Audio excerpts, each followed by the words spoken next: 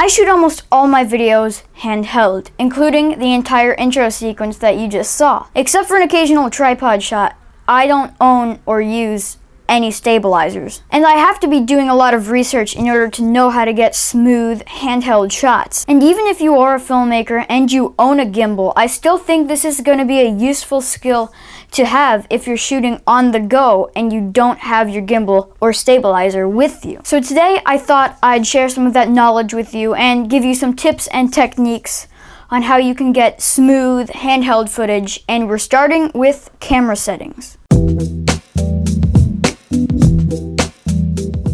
And when I say that, what I'm talking about is the image stabilization, which I always have turned on. Now, there are a couple different kinds of image stabilization, the most effective being optical image stabilization, and it's when the sensor inside the camera moves around to compensate with the small handheld movements that your hands make when you're shooting handheld. And depending on which lens you're using, this could be VR, VO, VS, IS, pretty much anything. And even some camcorders have a lens built inside it, and their lens actually looks like it's in a glass of water and moves around to compensate for all those little shakes. Also, digital stabilization, which is all software, and it moves your image around to compensate for those little shakes. And because it needs room to move around, it does result in a crop. But the crop isn't big, and once you get used to it, it's not a problem at all. And digital IS is what I use because it's the most available to me. And maybe none of these options are available to you. Maybe your camera or lens just doesn't have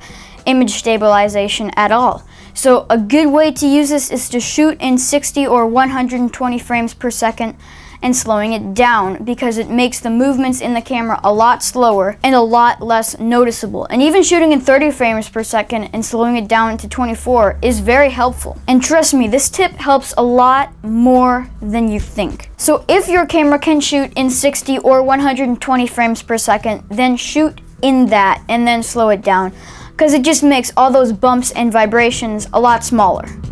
So we've been talking about different camera settings that you can turn on to help make your image smoother. So now we're going to be talking about techniques you can apply no matter what camera you're shooting on.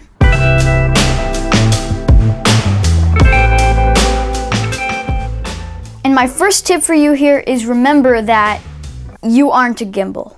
Sorry to crush your dreams, but you won't ever be a gimbal. Now, I'm not saying you can't practice and get really good with your hands and make dynamic moves that can replicate what a gimbal looks like. What I'm saying is that in general, that gimbals make a lot of dynamic movements, and when they're attempted handheld, it just looks like garbage. You'd be moving your hands around and twisting them awkwardly, and it just looks very bad. If you keep on shooting handheld and practicing shooting handheld, then eventually you'll be really good, and you can get some pretty good movements if you just learn your way around your camera and know where to hold it and everything like that. Now, my next tip for you is points of contact. Now, usually you're holding your camera with two hands, and that is 2 points of contact, which is really good and it helps it stay stable. But where can we get a third point of contact? What some people like to do is strap their camera around their neck and push on it, and that creates tension in the camera and making it 2 extra points of contacts here and here. And when you move it around, it's very smooth. Looking through the camera's viewfinder makes another point of contact, and this is really good because you can actually see exactly what you're looking at while stabilizing your footage, and it's just a win-win. Now, this is what I use, and if your camera has a flip LCD screen, then I would flip it and I'd tilt it up a little bit and I'd hold it against my body. I'd hold it against my chest like this, and then when I'm walking forward, it has that big point of contact, your chest right here, and it takes up a lot of the camera space here. And it just gets stable, and it's a great third point of contact. Now, either of these will work. I prefer using this one because the point of contact is bigger, and also the strap on my camera is a little bit too small. So do what you think is right. They all work pretty much the same. Don't use your upper body to move a whole lot. It's really all in the legs. If you lock your arms in place and you lock them to your body, and so the camera stays in one spot the whole time. Now, the way to move is to just walk like a duck, or a cat, or a ninja. And the way to do that is usually heel first and then your toe, or just stepping on your tiptoes very, very slowly. And sometimes just leaning to one side and leaning to the other side, just lunging forward, is really a better way than just moving your arms around awkwardly and trying to push in and pull out. I have two last techniques for you, one of them being to focus on one point in your camera and try to keep it in the center of the frame. Now this helps because your camera is focusing on the one spot, and when one thing is in the center of the frame, it's hard to move it around. And my last technique is warp stabilizer. And warp stabilizer looks great. It works wonders, but only if your footage already looks halfway decent, or else it'll just end up looking like jello and crap.